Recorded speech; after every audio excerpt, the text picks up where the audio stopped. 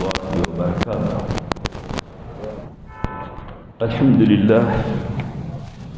الحمد لله الذي جعل الزاهدين على مقام وتناهى وخصصهم بجزيل العطايا ومناها، وصلوات ربي مع سلامه على أشرف الزاهدين والعطايا، وعلى آله وأصحابه أولي الفضل والهداية. أما بعد، فيقول عز وجل: إن الله يأمر بالعدل والإحسان وإيتاء ذي القربى وينهى عن الفحشاء والمنكر والبغي يعظكم لعلكم تذكرون. وقال عليه الصلاة والسلام: حب الدنيا رأس كل خطيئة. معشر المسلمين رحمنا الله وإياكم وجميع المسلمين. Khutba ya leo ama mada yetu ya leo itakuwa kuzungumzia kitu gani kinawafanya binadamu kuvama katika madhambi au kuvama katika kumwasi Mwenyezi Mungu. Ni kitu gani kilichowapelekea kufanya mambo kama haya? Jawabu tushapewa na Mtume sallallahu salamu alayhi min zamani, akatuambia linalopelekea watu kufanya madhambi, kumwasi Mwenyezi Mungu bila ya kujali, bila ya kuangalia wendapo, hubu dunia, ni kutaka ulimwengu, ni kutaka ulimwengu ama kupenda ulimwengu. Ra'su kulli khati'a, ndio chanzo au ndio mbegu ya kila maasi. Utakapopenda ulimwengu, basi wewe hutojali, hutothamini, utafanya kula la kufanya upate ulimwengu. Lakini suala liko hapa. Mwenyezi Mungu Subhanahu wa Ta'ala katika suratul Baqara atuambia: wallahu walladhi khalaqa lakum ma fil ardi jami'a. Mwenyezi Mungu ndiye ambaye kwamba amewaambia nyinyi kila kilioko katika ulimwengu mkitumie. Sasa vipi Mtume atuambia tukitaka ulimwengu tutafanya madhambi? Jawabu ni kwamba Mtume sallallahu salamu alayhi, kulingana na hadithi aliposema, akatuambia: ad-dunya hulwatun khudratun, ad-dunya hulwatun khudratun,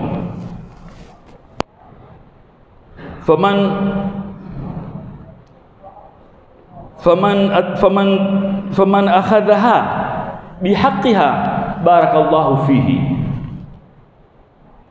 wa rubba mutamahhidin fiha wa rubba mutamahhidin fi majtahati nafsuhu laysa lahu yawm alqiyamati illa an-nar. Kwamba Mtume mafuhumu ya hadithi yake ya kwamba kutuambia kupenda ulimwengu ndiyo mbegu au ndiyo chanzo cha kila madhambi, imefasiriwa na hadithi hii ya pili tulioisoma. Mtume aliyosema ad-dunya hulwatun, ulimwengu ni tamu, khadratun, rangi ya green. Rangi ya green ni rangi ya kupendeza, na kisha ni tamu. Akatwambia man akhadhaha bihaqqiha, atakayechukua ulimwengu kwa haki yake iliyowekwa na Mwenyezi Mungu na mtume wake, barakallahu fiha, Mwenyezi Mungu atambarikia. Kisha akatwambia faruba mutamahhilin, hendra yule mwenye kuvama katika kutaka ulimwengu, akataka fi mashtahati nafsuhu, kwa kila lipendalo nafsi yake yeye akavama, alitaka. Asema laysa lahu yawmal qiyamati illa an-nar, hakuna kitu atakachokipata siku ya kiyama ila ni moto. Hii ndio sababu ya watu kuvama na kutojali kwa kufanya madhambi kwa kutaka ulimwengu. Fala yaghurrannaka alhayatu dunya, isighurishe wewe uhai wa kiulimwengu ukababaika, ukawa hulali mchana hulali usiku, hutekelezi faradhi za Mwenyezi Mungu. Wewe wataka kusongoa, wataka kunyang'anya, wataka kuua, wataka kuuza brown sugar, wataka kila kitu upate ulimwengu. Utaona watu wana majumba, si moja, si mawili, si matatu ya magorofa. Utaangalia utaona watu wana magari kadha wa kadha. Utaona watu wana mashamba kadha wa kadha. Utaona watu wana kila kitu, maploti, kila anapozunguka yeye amezungukwa na mali. Lakini hadithi ya Mtume atuambia faman akhadha bihaqqiha, ikiwa umezipata zile kwa haki yake, barakallahu fika, Mwenyezi Mungu atakubarikia. Wadhālika fadlullahi yutihi man yasha, na zile ni fadhila za Mwenyezi Mungu humpa atakaye. Lakini ndugu yangu, ikiwa hutoridhika bima qasama Allahu lak, kile kitu ambacho Mwenyezi Mungu amekugawanyia, chako ni hiki, usitake cha mwenzako, wewe ikawa lazima wakitaka. Akamwambia Mwenyezi Mungu, akwambia la usallitanna laka dunya, nitakusukumia ulimwengu, utakwenda mbio, hulali mchana hulali usiku, urongo ni wako wewe, khiana ni yako wewe, vitimbi ni vako wewe. Wala yakunu laka illa ma qasamtuhu lak, hakuna chochote utakachokipata juu ya mbio zako utakazokwenda, juu ya urongo wako utakaonena, juu ya khiana zako utakazozifanya, illa ma qasamtuhu lak, utakipata kile nilichokugawanyia min al-azal, isipokuwa utakuwa wajikusanyia moto. Zile utakazozipata ujue ni moto wajikusanyia, waongeza nini? Volume katika moto wako siku ya Kiyama. Kwa sababu Mwenyezi Mungu Subhanahu wa Ta'ala ameapa kwamba hakuna yoyote atakayeingia peponi akawa na tembe ya haramu katika mwili wake, katika nguo zake, katika maisha yake. Hawezi kuingia peponi mpaka achomwe ndani ya moto wa Jahannam, itolewe ile haramu uliyoipata. Ama Mwenyezi Mungu akurehemu upate toba. Usighurike kwa majumba, usighurike kwa mashamba. Zillun zaid, hizi ni vitu za picha ndia zaondoka mara moja. Wangapi waliokuwako? Angalia Firaun, alikuwa na ufalume aina gani mpaka akajidai yeye ana rabbukumul aala. Kile kibri ya mapesa aliokuwa nayo, ufalme aliokuwa nao ulimpelekea mpaka akajidai ndiye Mola mkubwa kushinda mpaka Mwenyezi Mungu. Mwisho wake alikuwaje? Kila mmoja Mwenyezi Mungu mwisho alimwambia al-yawma nujika bibadanika litakuna liman khalfaka aya. Alipogharikishwa, alipobabaika, asema al-ana, akamwambia hakuna ana sasa, hakuna sasa, maadamu shakupelekea mkono hakuna kukuata tena, tutakuokoa kiwiliwili chako peke yake. Litakuna liman khalfaka aya, iwe ni mazingatio kwa watu wataka kuja baada yako. Walakinna akthara nasi la yaqilun, watu wengi hawazingatii. Leo sababu ya shida kama tulizonazo, matatizo tulionayo, tabu tulizonazo, ni sababu ya madhambi. Na tumesema madhambi husababishwa na kutaka ulimwengu kwa njia ambayo Mungu hakukuwekea. Rizika ndugu yangu na kibanda chako ulichonacho, utastarehe kesho akhira. Jenga kibanda chako cha makuti, chandiko lako liwe ni muswati, mto wako uwe ni wa jiwe au utakaokuwa, lakini kesho akhira utastarehe. Kula shima yako na umena au na sukuma, kesho ndio utakula za kupendeza kesho akhira. Lakini utakapostarehe hapa kwa namna ambayo Mwenyezi Mungu hakukubali, kesho utakula zakum, yaghli fi butunika ghali alhamim, zitakuwa zikichemka ndani ya tumbo lako kama chungu kile kinavyochemka ndani ya moto wa jahannam. Tusibabaike na ulimwengu.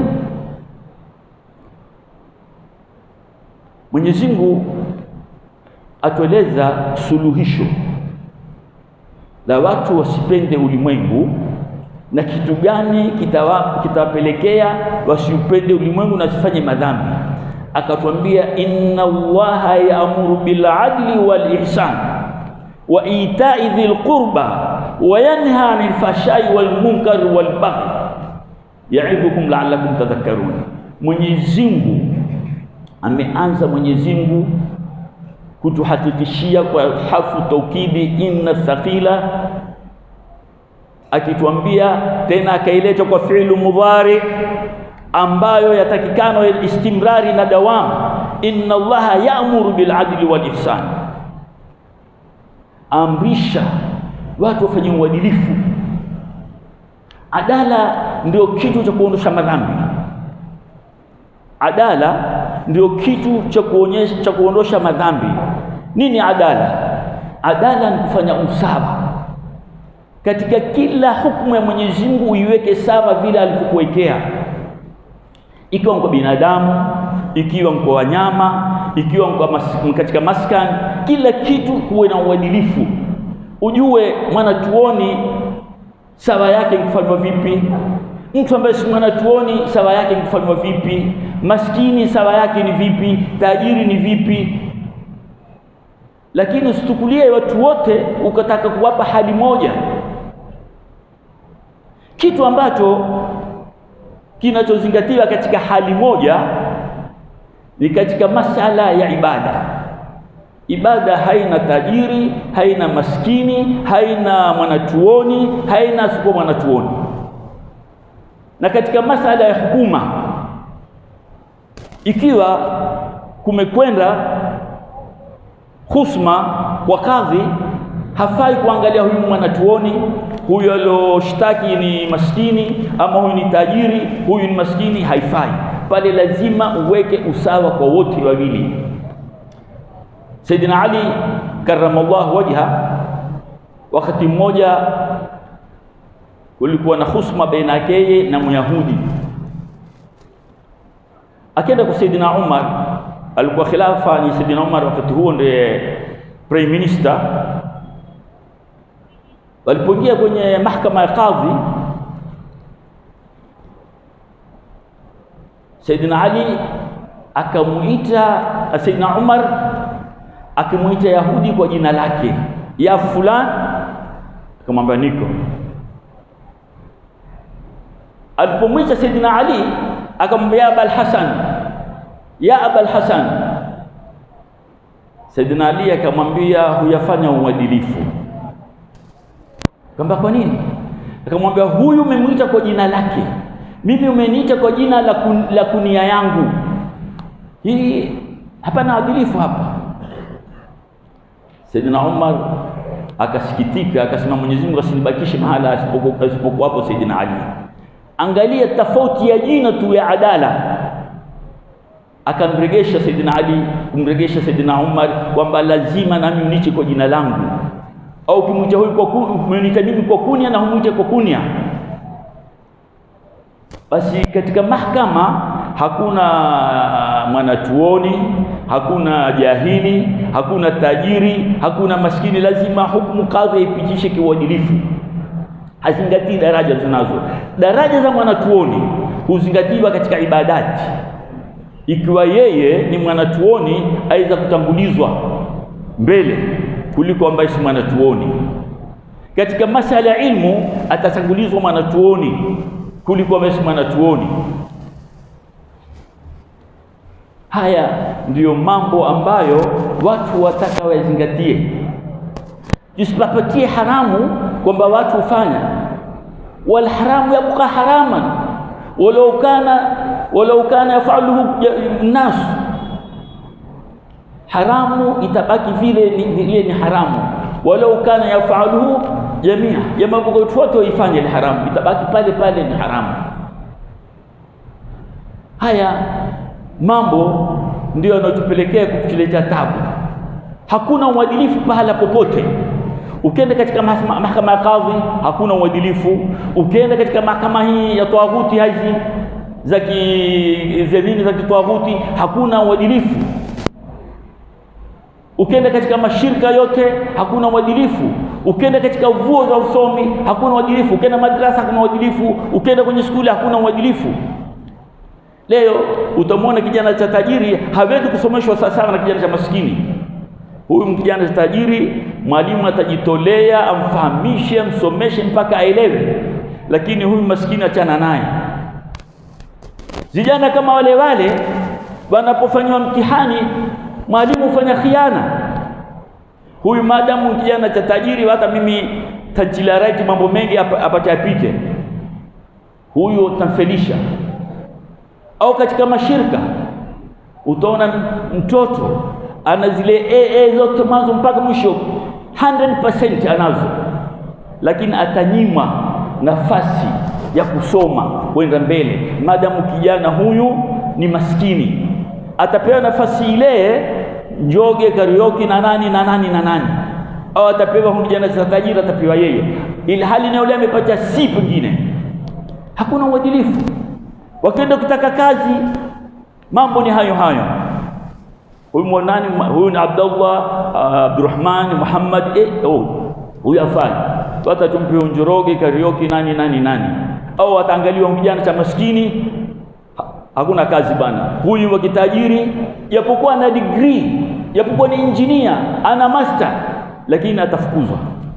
Sasa hii ndio iliyochafua ulimwengu. Uadilifu hakuna. Watu wako tayari kufanya khiana kama hizo, watu wako tayari kunena urongo, watu wako tayari kunyang'anya ili hali wapate ulimwengu. Ajua mimi kimsaidia kijana tajiri, kesho nitaenda kupewa kama 200,000 300,000, na kinataka haja yoyote nitapatiwa, lakini kimsaidia huyu hakuna kitu mimi nitapata. Hizi ni khiana. Ndio imejaa khiana, imejaa urongo. Hakuna kitu chochote ambacho utakiona kiko katika adala, uadilifu. Majumbani hakuna uadilifu, baina ya baba na watoto, baina ya mume na mke wake, alhasili pahala popote. Hakuna katika ulimwengu huu. Ikiwa utatembea uwe utapata mahali utasema hapa pana uadilifu, hakuna. Ndio ulimwengu umechafuka, mambo yameharibika. Kwa muomba Mungu mtana na usiku, kwa kunuti mtana usiku, hakuna chochote kinachokuwa. Na tutakunuti leo milkiyama, hakuna kitu kitobadilika. Hatusemi hatutakunuti, tutakunuti, ni amri ya Mtume ile ametuambia tukunuti, lakini tutarajia hakuna majibu yoyote tutakaojibiwa maadamu hali zetu ni kama hii. Inna Allaha la yughayyiru ma biqaumin hatta yughayyiru ma bi anfusihim. Mwenyezi Mungu habadilishi hali au maisha ya watu mpaka wao wabadilike katika hali ile walio. Mkiwa ni wazuri, Mwenyezi Mungu habadilishi uzuri wenu wala hawapatishi taabu maadamu ni wazuri, na mkiwa ni maovu mtabaki katika ule uovu mpaka mubadilike. Lakini mangapi wanaofikiria maneno kama haya? Ni wangapi wanaozingatia kama haya? Leo viongozi wetu tulionao kwenye serikali, inshallah bado mwaka mmoja, inshallah taala bado mwaka mmoja, wataingia barabarani, wataingia ndani ya majumba, wanene urongo mpaka wafike mwisho, na watoe rushwa ambao watalaaniwa watu. Na kila ambaye hana akili na kila ambaye hana maana atakubaliana na urongo huo, atakubaliana na rushwa kama hiyo, na kesho atangojwa na Mwenyezi Mungu Subhanahu wa Ta'ala, na yeye atatiwa motoni mwenye kupiga kura. Kwa nini umempiga kura mtu kwa kukupa rushwa? Kwa nini umepiga kura na huyo ambaye ni dhalimu? Kwa nini umempa kura yako na huyo ni khain? Ni mbunge gani alisaidia watu? Kula anapofanya msaada hufanya kwa binafsi yake yeye. Ukiona barabara zimetiwa kapro hizi ama amekamataa, huwa ajinufaisha yeye mwenyewe, hata mwaka mwingine aje apatiwe tena kura. Lakini hakuna maslahi ya dini ambayo atashughulikia au maslahi ya mtu ambaye ana shida. Leo tumwendea mbunge ambaye mwezi mmoja wala zaidi ya milioni moja au milioni moja unusu, umwambie na huyu ana kensa, tunataka utusaidie, tunataka kumpeleka India, akizidi atakupa 10,000. 10,000 utampeleka India? Haya maneno ghairi maqul. Watu ni warongo, ni makhaini, mlevi na kutaka kutudanganya. Na tusipozundukana na tukafikiria, basi tutabaki hivi, tutakufa kwa maradhi, tutakufa kwa kila cha kukufa, na hakuna lolote litakalokuwa. Mimi nilitoa nasaha moja ambayo hii ni mara ya 3, na Mtumi kawaida yake alikuwa akisema hurudia jambo mara 3.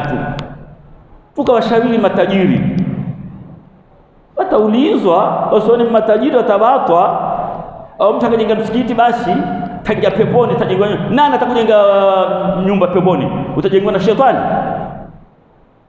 Jenga msikiti kwa sharti zake, ndio utajengewa nyumba peponi. Lakini ikiwa ni nimbwi, watu wafuata na wafuata, wajenga na wajenga, hakuna chochote tutakachopata. Msikiti kwa wakati huu tulionao ni israfu kujenga. Mimi nasema ni israfu, hakuna haja msikiti kabisa.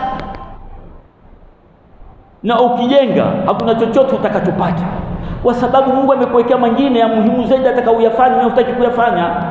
Kama tulivyozungumza, hawa matajiri lao wakutana wakajenga hospitali 1, 2, 3 kuwasaidia wale ambao na maradhi mazito kama kensa, kama moyo na maradhi mengineyo ambayo yataka mamilioni kutubiwa. Maskini mwenyewe hapati hata shilingi 200 kwa siku moja.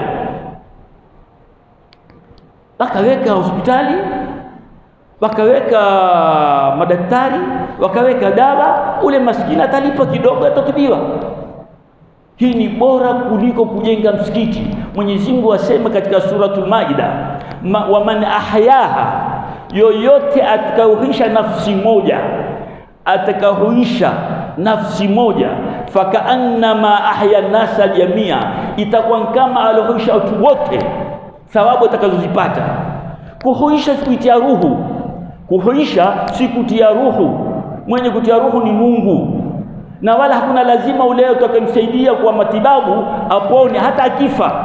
Lakini wewe umejitolea kwa pesa zako ukamsaidia aondokewe na ile matungu na shida anazozipata, basi fakaannama ahya nasa jamia, wewe utakuwa sababu zako kama ulihuisha watu wote.